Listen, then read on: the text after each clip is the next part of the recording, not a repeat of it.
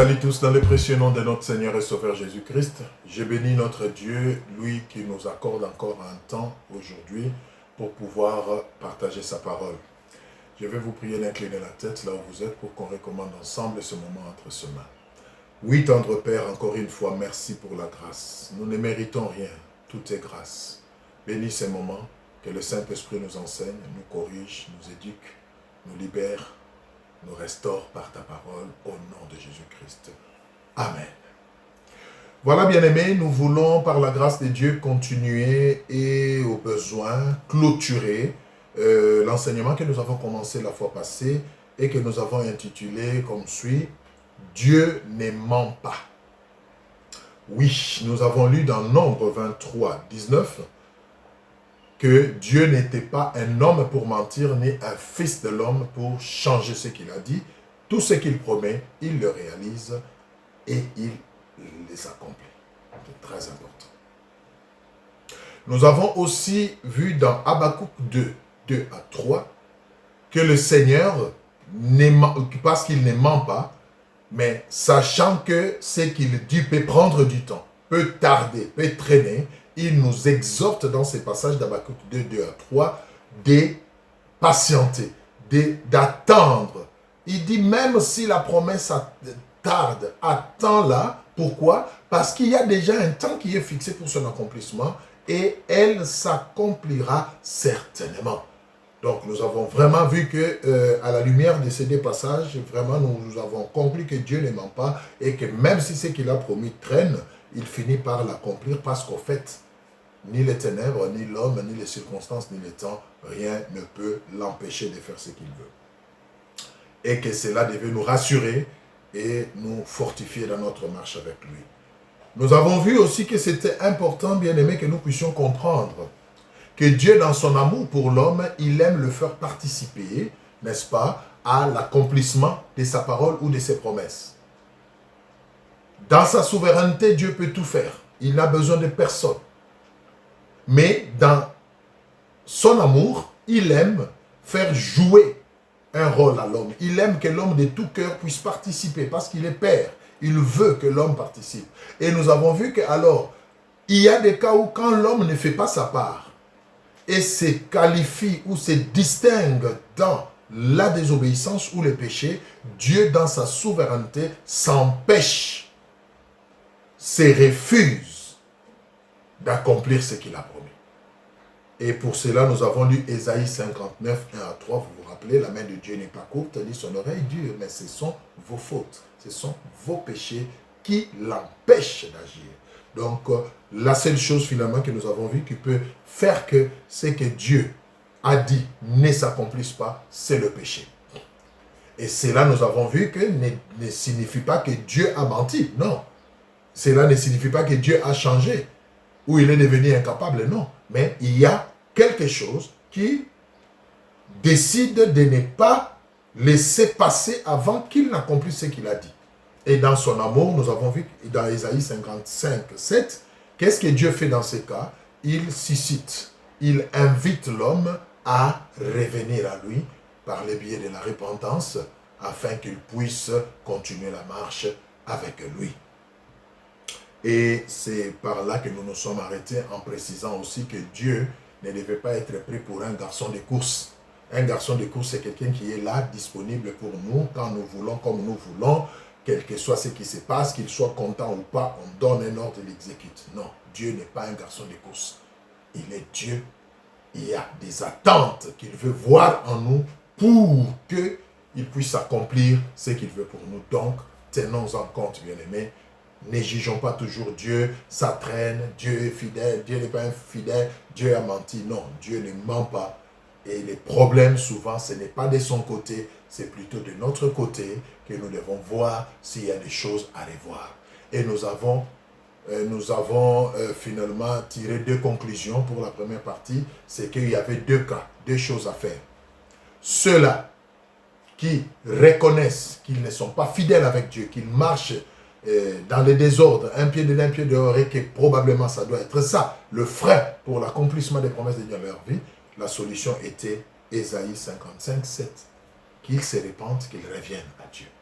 Et ceux-là qui estiment, qui ne se reprochent de rien, qui sont dans l'obéissance, mais malgré cela, ça traîne, alors qui se réfère à Habakkuk 2, 2 à 3, où le Seigneur les exhorte à patienter parce que ce n'est qu'un problème de temps. Et nous avons vu que le temps ne devait pas être un paramètre inquiétant pour nous. Parce que Dieu est le maître des temps. Ne regardez pas à l'âge, ne regardez pas à la durée. Si vous êtes fidèle, accrochez-vous, patientez. Le Seigneur ne ment pas, il accomplira ce qu'il a dit.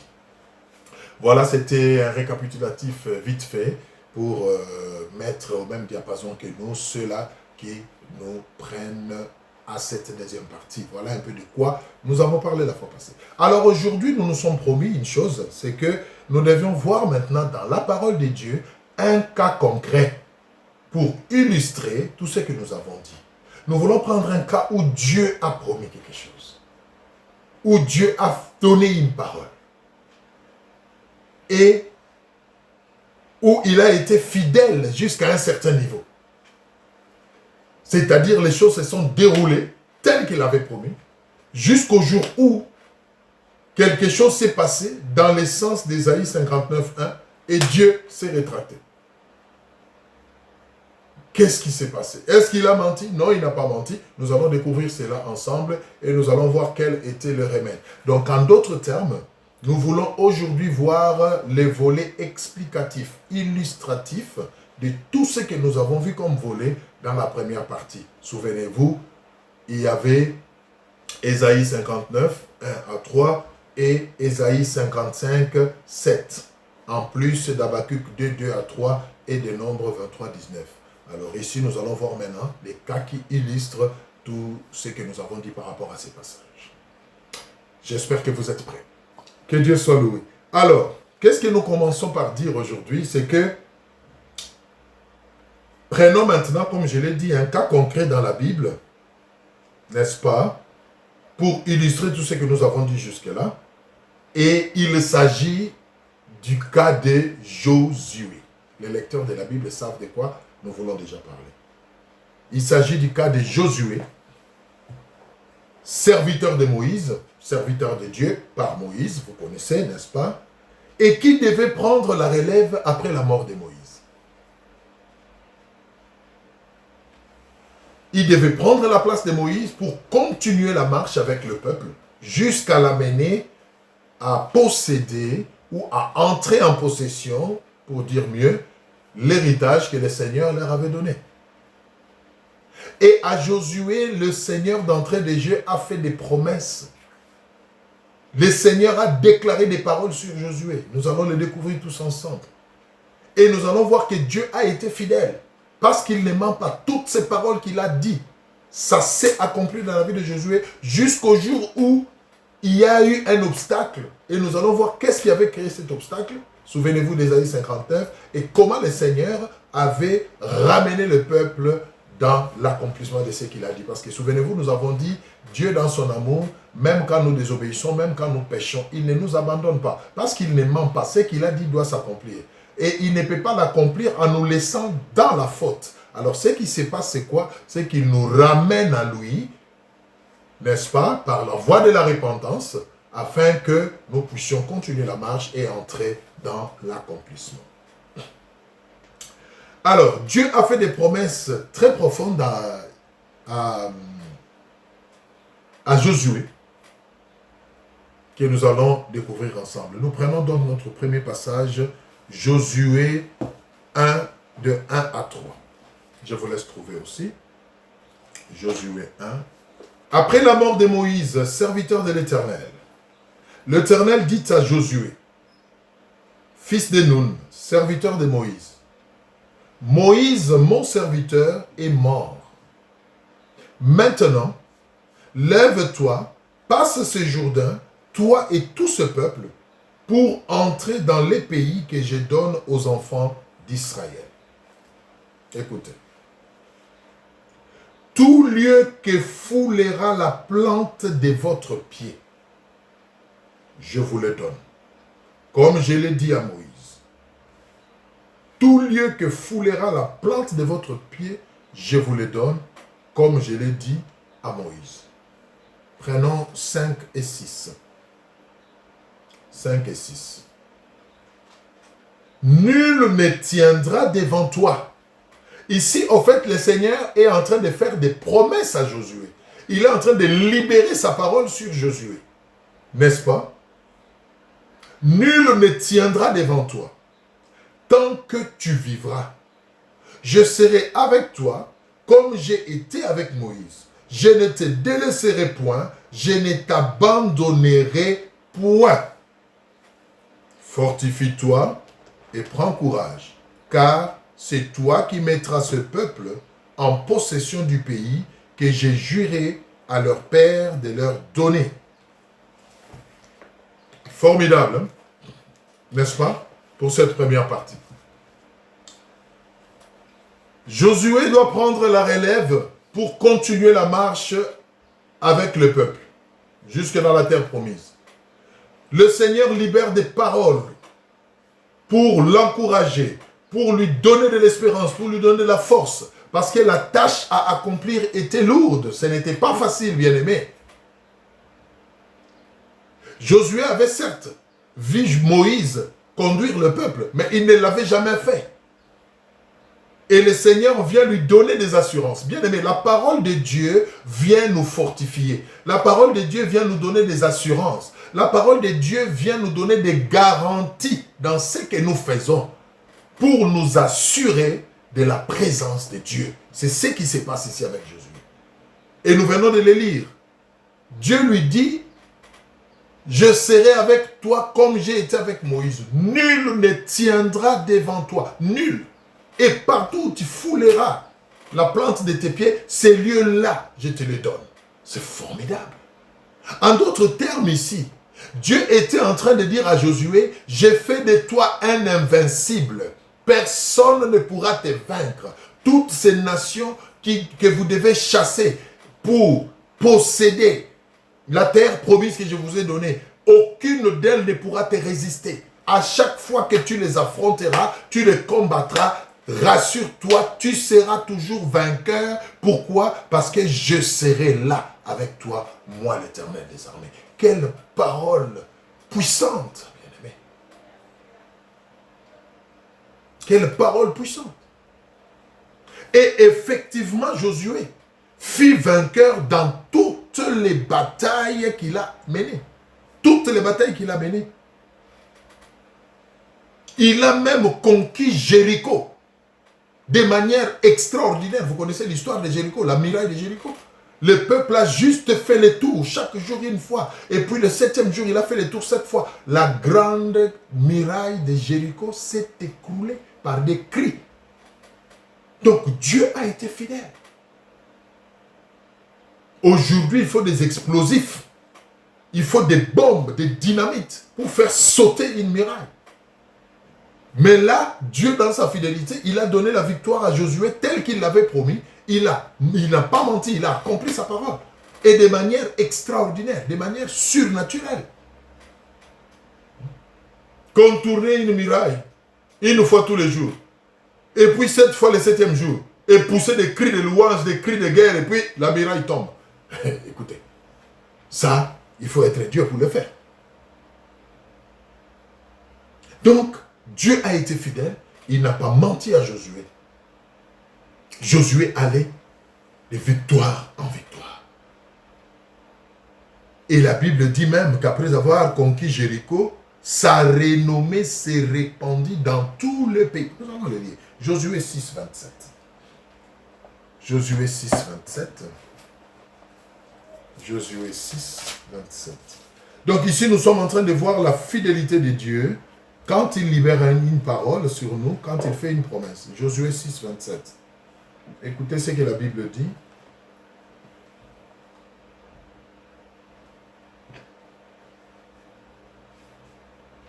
L'Éternel fut avec Josué, dont la renommée s'est répandue dans tous les pays. C'est-à-dire, Dieu a été fidèle.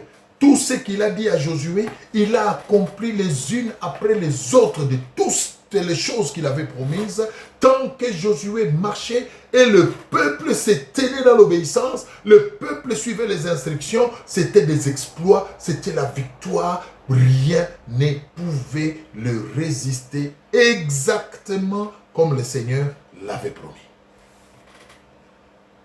Oui, bien-aimés, aussi longtemps que vous allez rester dans l'obéissance, croyez-moi, vous serez toujours vainqueur. L'adversité viendra. On vous fera la guerre. Mais la Bible dit, on ne vous vaincra jamais. Parce que Dieu qui vous a fait la promesse est fidèle et parce que lui-même est avec vous. Mais quelque chose de pas très agréable va se passer. Josué va connaître dans son règne, dans son leadership, un épisode pas très agréable. Un épisode diamétralement opposé à toute la parole de Dieu qu'il traînait jusque-là. Un épisode diamétralement opposé qui pouvait même remettre en cause tout ce que Josué avait fait jusque-là en ce qui concerne la fidélité de Dieu, humainement parlant. Qu'est-ce qui s'est passé? Souvenez-vous, pour ceux qui ont suivi la première partie, Ésaïe 59, 1 à 3. La main de l'Éternel n'est pas courte pour agir, ni son oreille dure pour entendre. En d'autres termes, Dieu ne change pas pour accomplir ce qu'il a promis. Mais ce sont vos péchés. Ce sont vos crimes. C'est votre désobéissance qui peuvent faire que Dieu n'accomplisse pas ce qu'il a dit. Et c'est exactement cet épisode que Josué a vécu. Il l'a vécu. Prenons Josué 7, 1 à 5. Nous allons voir qu'est-ce qui s'est passé. Josué 7, 1 à 5. Nous allons lire Josué 7, 1 à 5. La parole de Dieu dit ceci. Suivez bien. Et je veux que pendant que nous sommes en train... Souvenez-vous, nous avons dit que les cas de Josué du peuple, nous les prenons pour illustrer tout ce que nous avons dit dans la première partie. Donc, référez-vous toujours. Là, par exemple, nous sommes en train d'aborder... Nous venons de voir pratiquement les cas illustratifs de Nombre 23, 19 et d'Habakkuk 2 à 3. Et là, nous sommes en train de voir pratiquement l'équivalent ou l'illustration d'Ésaïe 59, 1 à 3 dans les cas de Josué. Josué 7, 1 à 5. Les enfants d'Israël commirent une infidélité au sujet des choses dévouées par interdit. En d'autres termes, les enfants d'Israël commirent un péché. Les enfants d'Israël commirent une désobéissance à Dieu. Akan, fils de Carmi, fils de Zabdi, fils de Zérak, de la tribu de Juda, prit des choses dévouées, et la colère de l'Éternel s'enflamma contre les enfants d'Israël. Josué envoya de Jéricho des hommes vers Haï, qui est près de Beth-Aven, à l'orient de Bethel. Il leur dit, montez et explorez le pays. Et ces hommes montèrent et explorèrent Haï. Ils revinrent auprès de Josué et lui dirent, il est inutile, suivez, il est inutile de faire marcher tout le peuple. 2 ou 3 000 hommes suffiront pour battre Haï. Ne donne pas cette fatigue à tout le peuple, car ils sont en petit nombre. 3 000 hommes environ se mirent en marche. Mais ils prirent la fuite devant les gens de Haï. Les gens de Haï, leur tuèrent environ 36 hommes.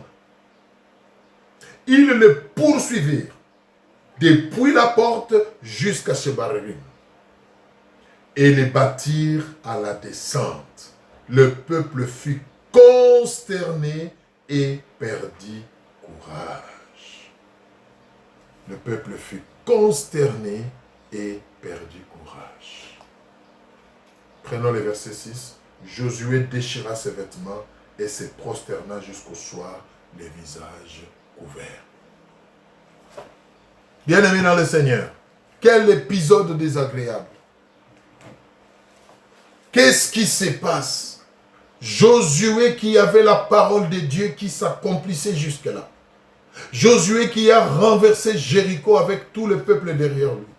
Josué dont la renommée s'est répandue dans tous les pays. toutes les villes qui n'étaient pas encore attaquées, tous les autres pays d'alentour étaient en train de trembler à l'idée de savoir que Josué est en train de s'approcher avec le peuple. Mais subitement,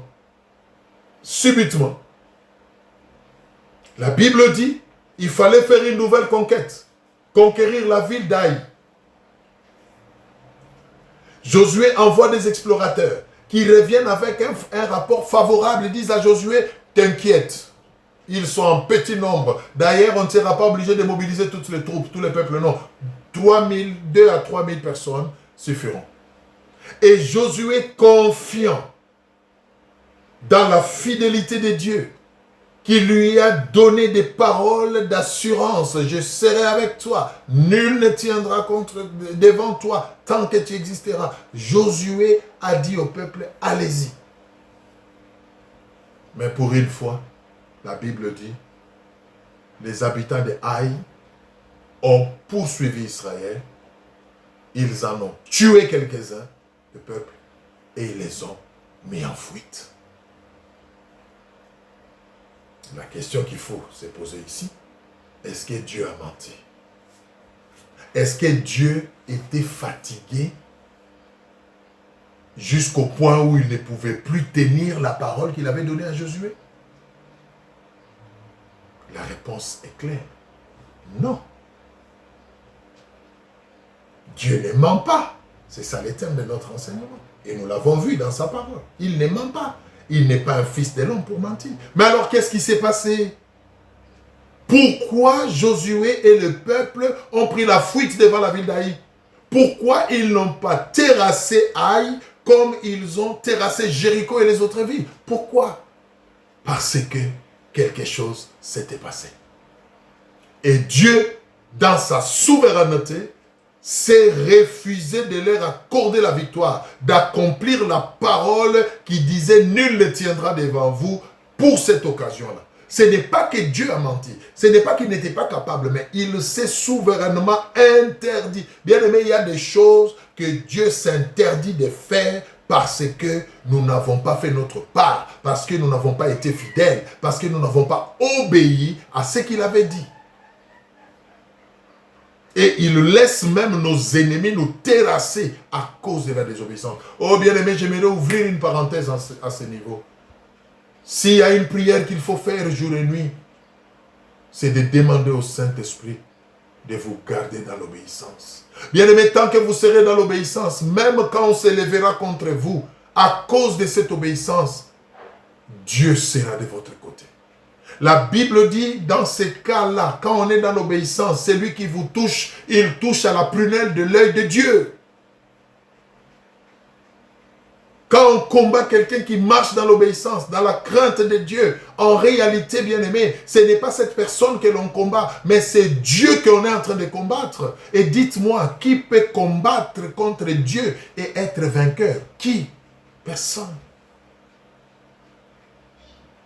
Cependant, malheureusement, quand on tombe dans la désobéissance, spirituellement, on est exposé. Et Dieu laisse faire. Ce n'est pas qu'il n'est pas capable, mais il laisse faire. Parce que c'est un Dieu juste et saint. Et Josué a eu un sérieux problème. Josué s'est étonné. Mais béni soit le Seigneur, parce que Josué n'a pas fait comme la plupart des chrétiens d'aujourd'hui. Dès qu'il y a un blocage, « Oh Seigneur, où es-tu? Pourquoi Seigneur?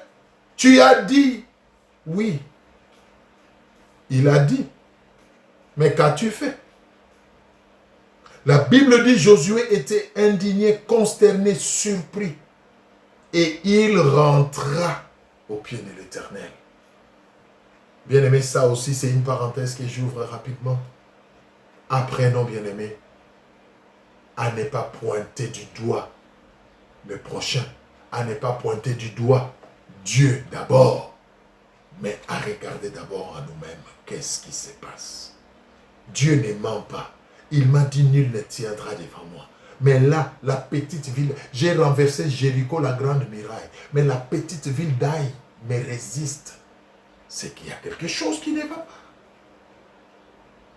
Et c'est quand il va s'humilier dans sa tristesse, c'est alors que le Seigneur lui révélera ce qui s'est passé.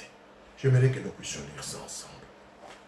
Nous allons voir qu'est-ce qui avait rendu la main de Dieu courte pour agir en faveur de Josué et du peuple dans la bataille contre la ville d'Aï. Qu'est-ce qui avait fait que Dieu n'accomplisse pas sa parole qu'il avait donnée à Josué et au peuple? Josué 7, nous prenons de 7 à 13. Josué 7, je vous laisse trouver, du 7e verset au 13e. Écoutez ce qui s'est passé. Josué dit, « Ah Seigneur, Éternel, pourquoi as-tu fait passer les Jourdains à ces peuples pour nous livrer entre les mains des Amoréens et nous faire périr? Oh, si nous avions su rester de l'autre côté du Jourdain. Des grâces, Seigneur.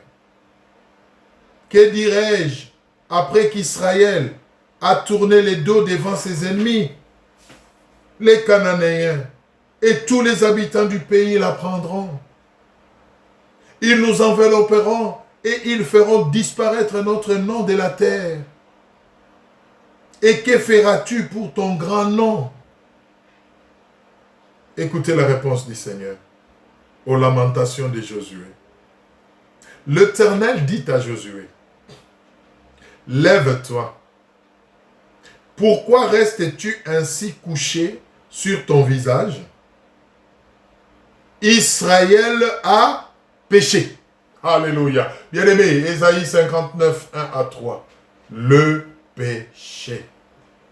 Bien-aimé, le péché rend la main de Dieu courte. Le péché empêche l'accomplissement de la parole de Dieu, de ses promesses dans notre vie. Le péché nous fait croire que Dieu a menti, Dieu a changé. Et pourtant, ce n'est pas le cas. Le péché. Le péché. Israël a péché. Ils ont transgressé mon alliance que je leur ai prescrite. Ils ont pris des choses dévouées par interdit. Ils les ont dérobées et ont menti. Alléluia. Et ils les ont cachées parmi leurs bagages. Aussi, écoutez, aussi, les enfants d'Israël ne peuvent-ils résister à leurs ennemis? Ils tourneront le dos devant leurs ennemis, car ils sont sous l'interdit. Je ne serai plus avec vous si vous ne détruisez pas l'interdit du milieu de vous.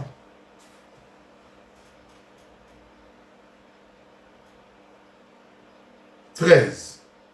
Lève-toi, sanctifie le peuple.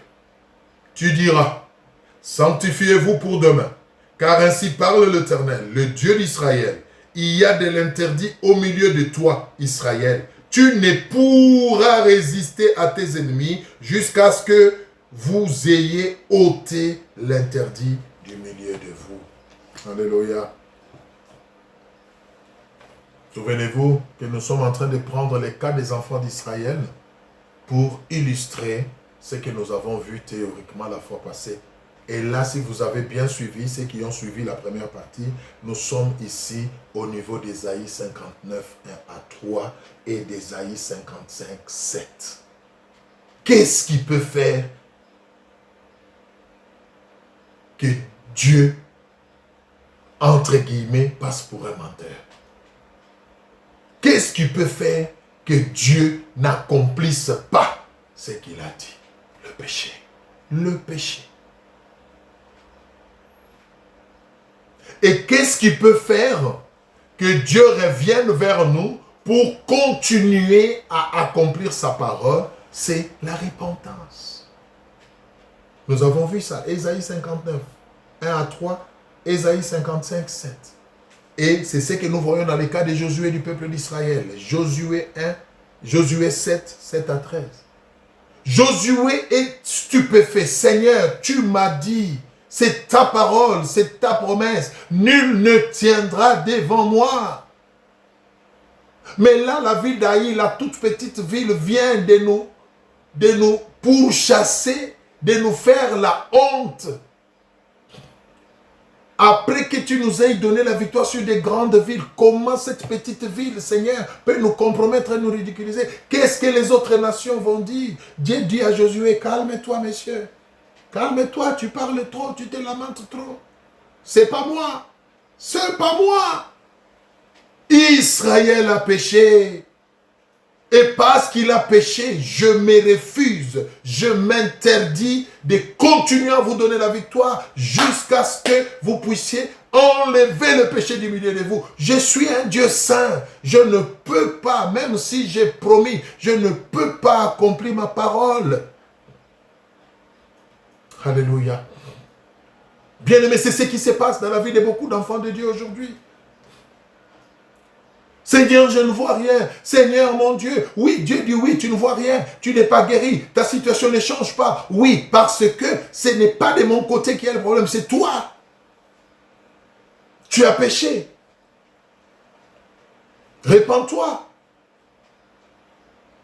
Souvenez-vous, nous avions dit que Dieu n'est pas un garçon de course. Il a des sentiments. Il a des attendus. Qu'il cherche à voir en nous. Il a des attentes. Il dit à Josué, vous avez péché. En effet, qu'est-ce qui s'était passé, bien-aimé? Le Seigneur leur avait dit, quand vous allez détruire la ville, vous allez vouer tout à l'interdit. Nous allons le découvrir. C'est-à-dire, vous ne prendrez rien, vous allez passer tout au fil de l'épée et vous allez brûler les tout. Mais comme nous allons le découvrir tout à l'heure, quelqu'un au milieu du peuple, par sa convoitise, a désobéi, a péché en prenant ce qui était interdit pour son propre compte. Et cela a amené la souillure au milieu du peuple, a amené le péché. Et comme Dieu ne supporte pas la souillure, Dieu s'est refusé de continuer à leur donner la victoire. Et nous venons de le lire, il dit clairement à Josué, aussi longtemps que vous allez garder cet interdit, c'est-à-dire ce péché au milieu de vous, vous ne résisterez plus devant vos ennemis. Vous continuerez à fuir et à être battus, parce que je ne suis plus avec vous. Oh, alléluia. Bien-aimé, je crois que c'est important que chacun se pose la question aujourd'hui de savoir si Dieu est encore avec lui.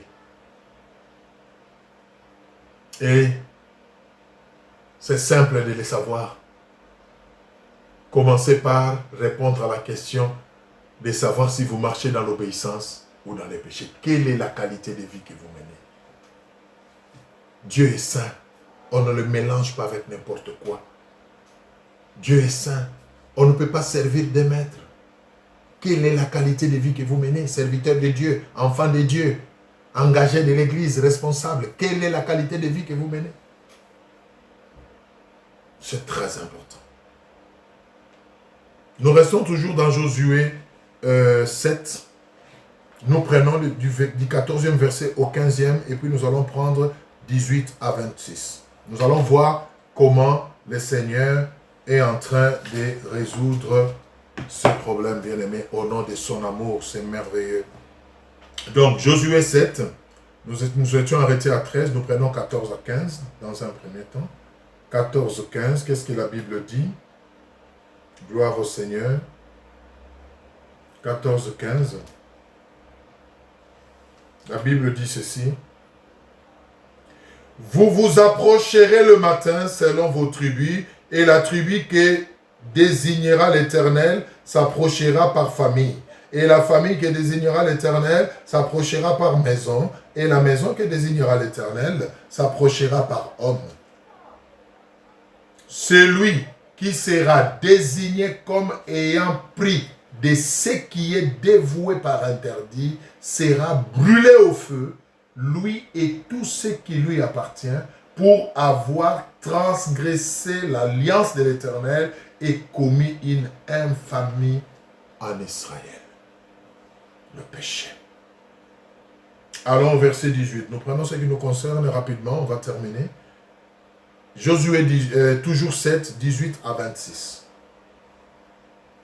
Donc ici, nous comprenons, c'est vraiment le miroir d'Ésaïe 59, 1 à 3. Donc, pourquoi la parole de Dieu sur Josué ne s'est pas accomplie? Parce que l'un d'eux a péché. L'un d'eux a désobéi. Il a pris ce qui était voué à l'interdit, à la destruction donc. Il l'a caché par convoitise. Nous allons le découvrir. Et la solution, bien-aimés, c'était la repentance. Bien-aimés, vous qui vivez dans la vie de péché, il est temps que vous puissiez vous ressaisir et revenir au Seigneur avant que le pire ne vous arrive. 18, 26. Nous lisons. Je vous laisse trouver.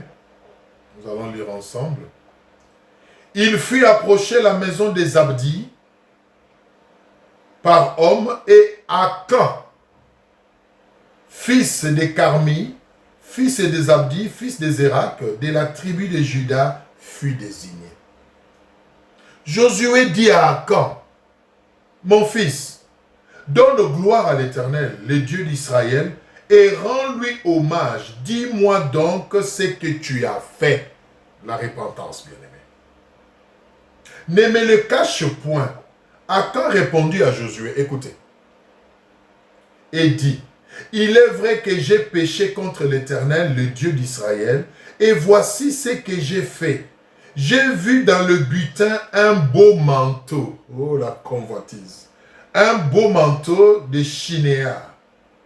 200 cycles d'argent et un lingot d'or du poids de 50 cycles. Je les ai convoités et je les ai pris. Ils sont cachés dans la terre au milieu de ma tente et l'argent est au-dessus. Est au-dessous. Josué envoya des gens qui coururent à la tente et voici les objets étaient cachés dans la tente d'Akan. Et l'argent était dessous. Ils les prirent du milieu de la tente, les apportèrent à Josué et à tous les enfants d'Israël et les déposèrent devant l'Éternel. Josué et tout Israël avec lui prirent Akan, fils de Zérak, l'argent, les manteaux, les lingots d'or, les fils et les filles, alléluia, d'Akan, ses bœufs, ses ânes, ses brebis, sa tente et tout ce qui lui appartenait, et ils les firent monter dans la vallée d'Accord. Josué dit, pourquoi nous as-tu troublés? L'Éternel te troublera aujourd'hui. Et tout Israël les lapida. On les brûla au feu, on les lapida, et l'on éleva sur Akan un grand monceau de pierres qui subsiste encore aujourd'hui, et l'Éternel revint de l'ardeur de sa colère. C'est à cause de cet événement qu'on a donné jusqu'à ce jour à ce lieu le nom des vallées d'Accord. Bien-aimés dans le Seigneur, c'est interpellant ce que nous venons de lire. Interpellant, bien-aimés. C'est interpellant. Dieu ne ment pas. Tout ce qu'il t'a promis, il est capable de le faire. Même si ça traîne, il te le dit. Attends, il y a un temps qui est fixé. Il t'exhorte à la persévérance, à la patience. Mais une seule chose peut faire que tu attendes longtemps et que cela ne s'accomplisse pas. Non pas parce que Dieu a menti, non pas parce qu'il a changé ou qu'il est devenu incapable, mais parce que toi, tu n'as pas fait ta part. C'est-à-dire, tu ne t'es pas gardé dans l'obéissance. Le péché bloque l'accomplissement de la parole de Dieu dans notre vie. Et c'est ce que Josué est en train de vivre avec le peuple qu'il dirige. Allez, détruisez cette nation. Ne prenez rien. Brûlez tout. Akan, par convoitise, il voit un beau manteau. La convoitise, le matériel, le finance. Il voit un beau manteau. Il voit l'or, il voit l'argent. Il oublie que Dieu a dit ne prenez rien. Il se sert à cause de sa convoitise et il va cacher dans sa tente. Voilà ce qui a amené le non-accomplissement en Israël. Le péché, bien-aimé. Et le Seigneur a été clair avec Josué. Aussi longtemps que ce péché restera au milieu de vous, vous fuirez dorénavant devant vos ennemis. Ce que j'ai dit là, ma parole ne s'accomplira pas. Je m'interdis d'accomplir cette parole. Oh bien-aimé, à quand viendra avouer? À quand viendra passer aux aveux? C'est alors que la Bible dit, la colère de Dieu s'apaisa sur le peuple. Bien-aimé, j'aimerais ouvrir une parenthèse très importante aujourd'hui. Je sais que tu es en train de te dire dans ton cœur, mais vraiment, Akan s'est repenti, il a voué cependant, il a été tué, lui et toute sa famille et tous ses biens. Oui, bien-aimé, c'était la loi à l'époque. La grâce n'était pas encore là. Mais la bonne nouvelle que je te donne aujourd'hui, c'est que toi et moi, nous vivons sous l'alliance de la grâce. Nous ne sommes plus sous la loi, où quand on fait un mal, il faut te lapider. Souvenez-vous que tout ce qui s'est passé, c'était pour préfigurer l'excellence de ce qui allait arriver avec Jésus-Christ, le véritable agneau de Dieu bien-aimé. Toi, aujourd'hui, tu ne seras plus lapidé. Toi, aujourd'hui, et ta famille, vous ne serez plus lapidés. Repentez-vous. Croyez en Jésus, implorez sa grâce, son sang est suffisant pour vous restaurer et vous rétablir. Ça, c'est la bonne nouvelle. À la croix, Jésus a pris notre place. La Bible dit, il a porté tous nos péchés.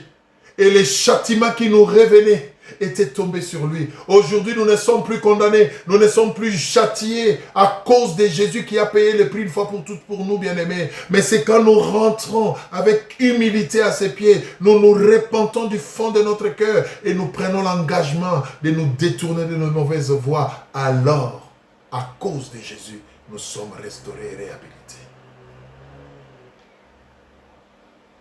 Si vous lisez la suite de l'histoire, la Bible dit quand le mal fut ôté, Josué a réorganisé les troupes. Ils sont allés à nouveau combattre la ville d'Aï. Et cela ne leur a même pas pris du temps.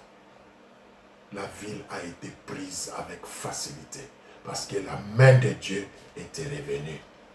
Bien-aimé, je ne sais pas qu'est-ce qui a rendu la main de Dieu courte dans votre vie. Qu'est-ce qui fait que la parole de Dieu, qui est pourtant la vie, ne s'accomplisse pas dans votre vie? Qu'est-ce que vous avez caché dans votre vie d'interdit? Quel est ce péché que vous continuez à entretenir en cachette? Akan ne pouvait pas s'imaginer. Il s'est consolé en disant, personne ne m'a vu. J'ai caché ça sous la terre dans ma tente. Personne n'en a vu. Oh bien-aimé, il y a quelqu'un qui voit tout. Alléluia. Il y a quelqu'un qui voit tout. Ce que vous faites en cachette là, cette double vie que vous menez en cachette, vous vous dites personne ne me voit, je suis seul. Sachez que Dieu vous voit. Et il va vous livrer en spectacle. La Bible dit, ce que vous faites en cachette, je vais l'amener au grand jour. Mais ne cherchez pas ce que Dieu vous expose. Venez de vous-même, repentez-vous. Ça sera mieux pour vous. Ça sera mieux pour vous. Et quand on lit Josué 8, 1 à 3, j'aimerais quand même qu'on puisse lire pour voir comment Dieu restaure quand on se répand. Josué 8, 1 à 3, écoutez. L'Éternel dit à Josué, ne crains point et ne t'effraie point. Prends avec toi tous les gens de guerre. Lève-toi, montre contre Aï. Vois, je livre entre tes mains le roi d'Aï et son peuple, sa ville et son pays.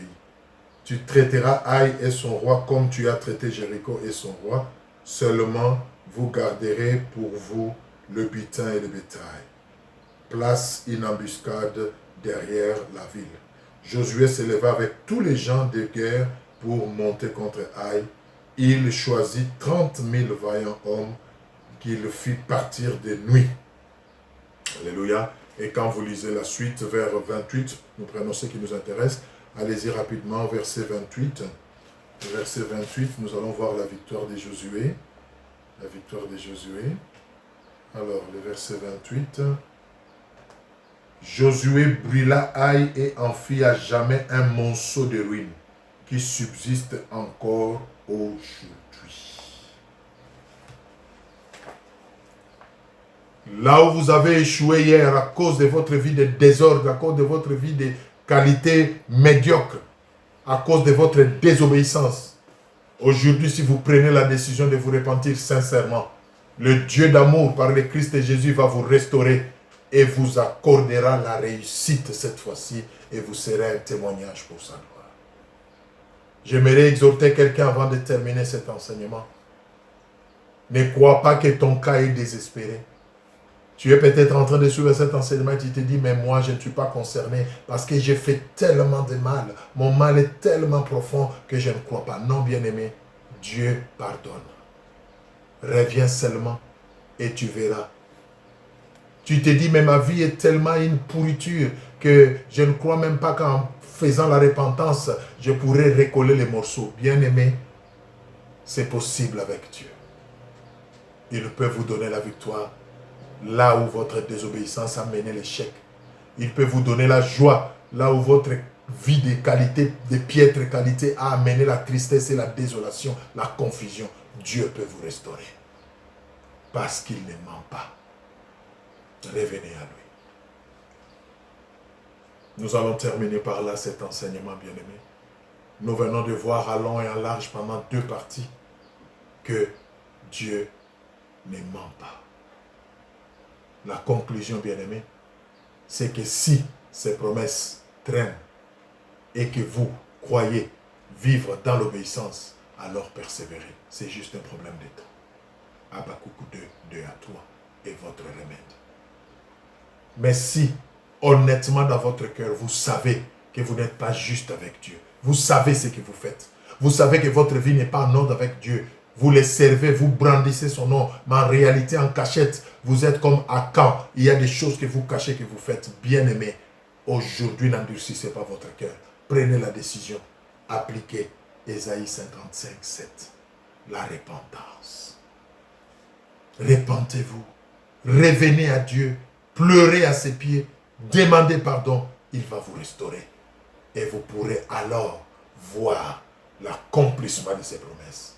Jésus a dit, les paroles que je vous ai données sont esprit et vie. Bien-aimé, la parole de Dieu, les promesses de Dieu doivent être esprit et vie pour vous et pour votre maison, pour votre famille, bien-aimé. Si tel n'est pas le cas, c'est qu'il y a quelque chose, bien-aimé. Et si vous vous reprochez de quelque chose, n'endurcissez pas le cœur.